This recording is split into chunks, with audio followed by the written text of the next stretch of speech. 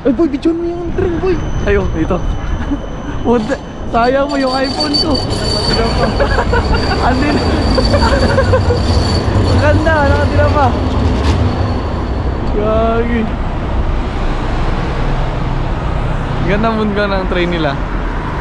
Ito nalabas yung iPhone yun. Nakatira pa.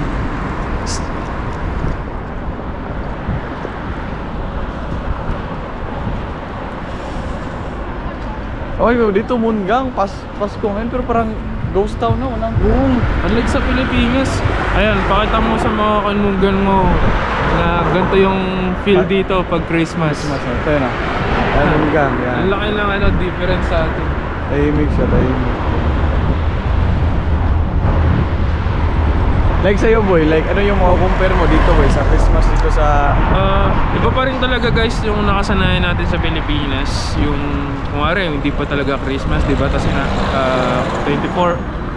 Baga abangan mo talaga yung yung Christmas boy sa Pilipinas, diba? Dito kasi guys parang hindi sila nasanay dun sa ganung part. Parang dito, alam nila nagki-Christmas din sila, naghahanda rin yung mga tao dito, pero hindi ganun kabongga. Hindi katulad sa Pilipinas na pag talaga Christmas talagang pinaghahandaan natin yan. Minsan nakakapangutang pa nga tayo ng pera kung wala tayo, diba? Makapaghanda lang tayo. Kasi yun yung mga part na alam mo yun, nakasanayan kasi natin yun. Yun yung Pilipino diba? Pilipino kasi tayo, yun yung nakagisnan natin So dito guys, hindi naman natin masasabing hindi masaya, pero iba talaga, malaki yung difference. Lalo na tayong mga Pinoy, nakasanayan talaga natin na masaya lagi tuwing Pasko.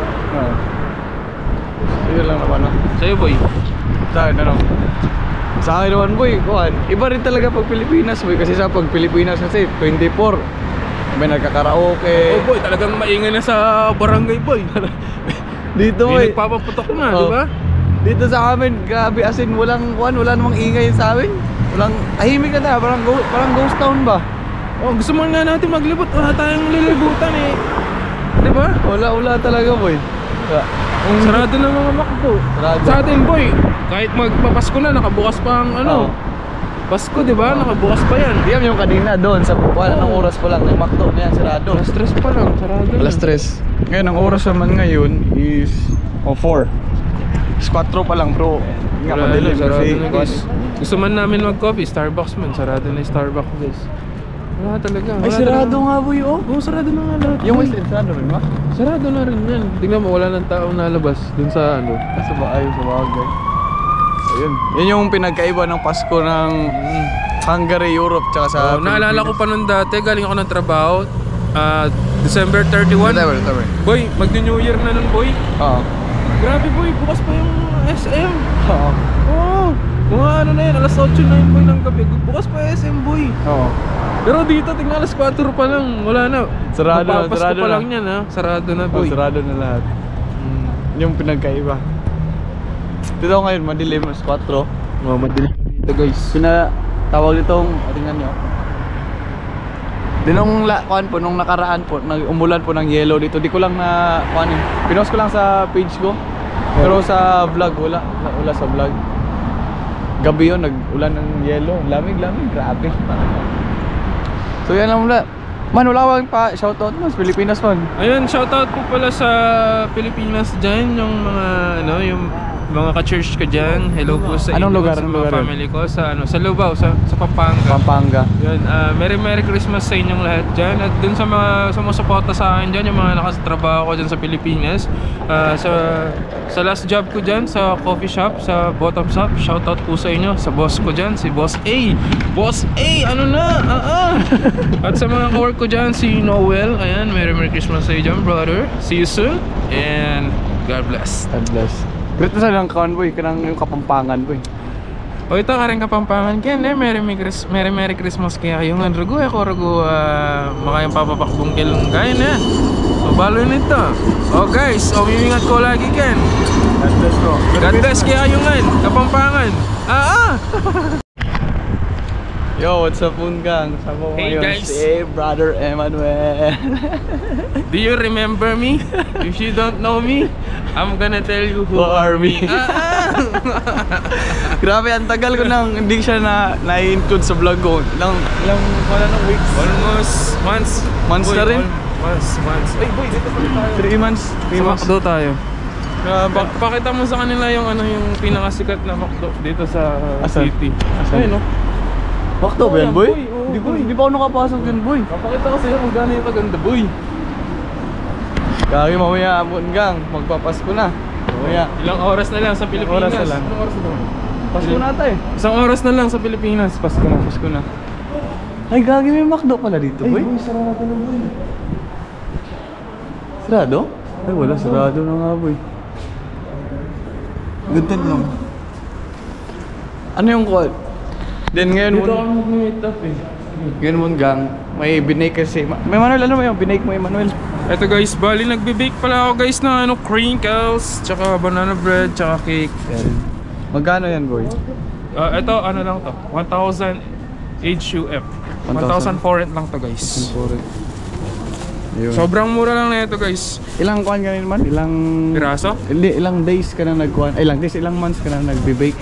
Nag-start ako guys nung July. July. Kasi July. ilang Tapos yung cake, kakaumpisa ko lang ng cake, mga September, gano'n.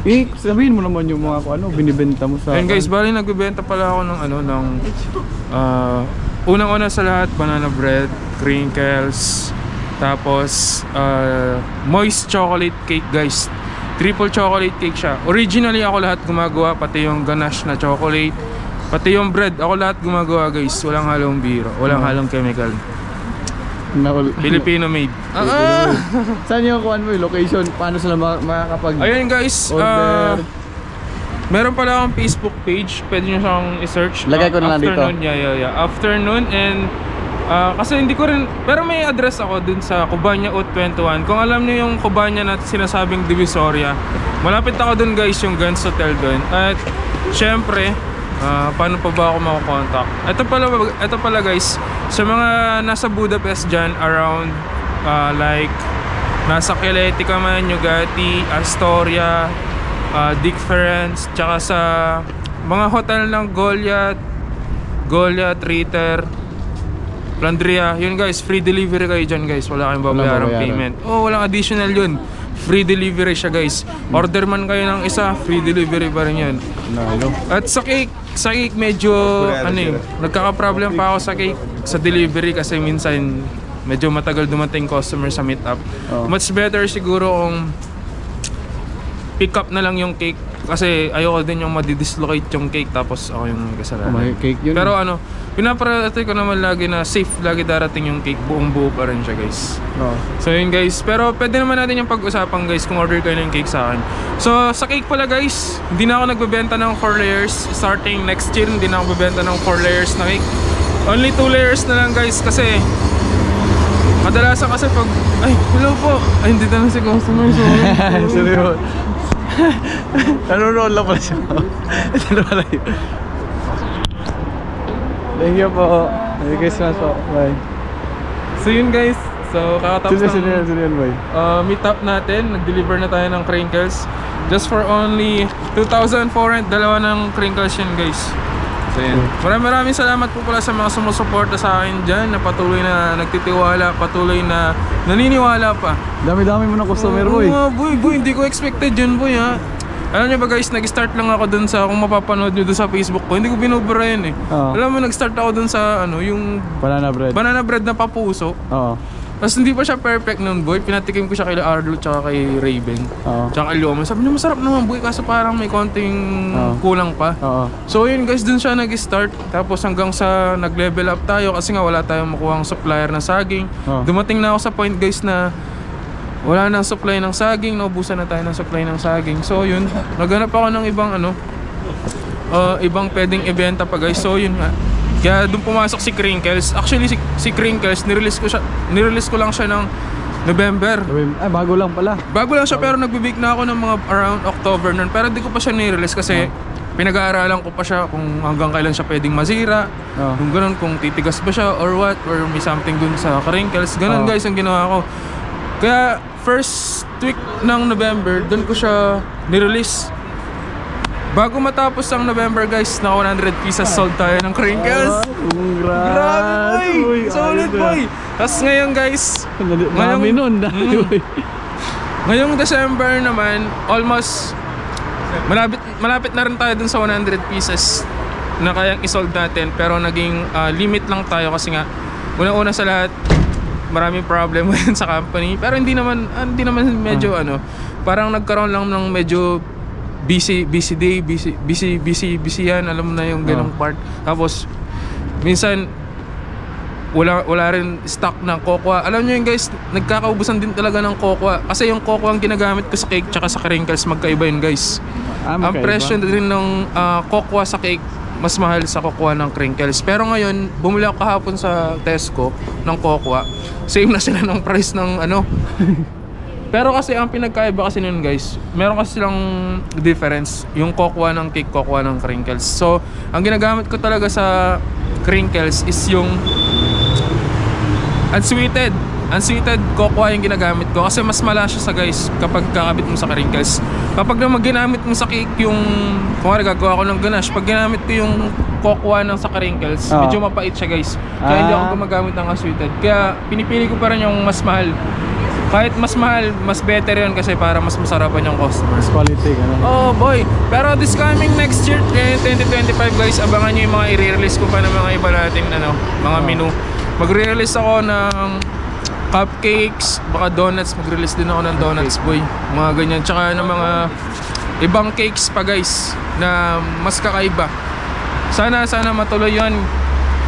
Yun lang. Sana supportahan nyo pa yung business. Afternoon, yung business ko rito. And yun, sana guys, follow nyo at like nyo yung page natin. Thank you so much guys. Support. Ayun.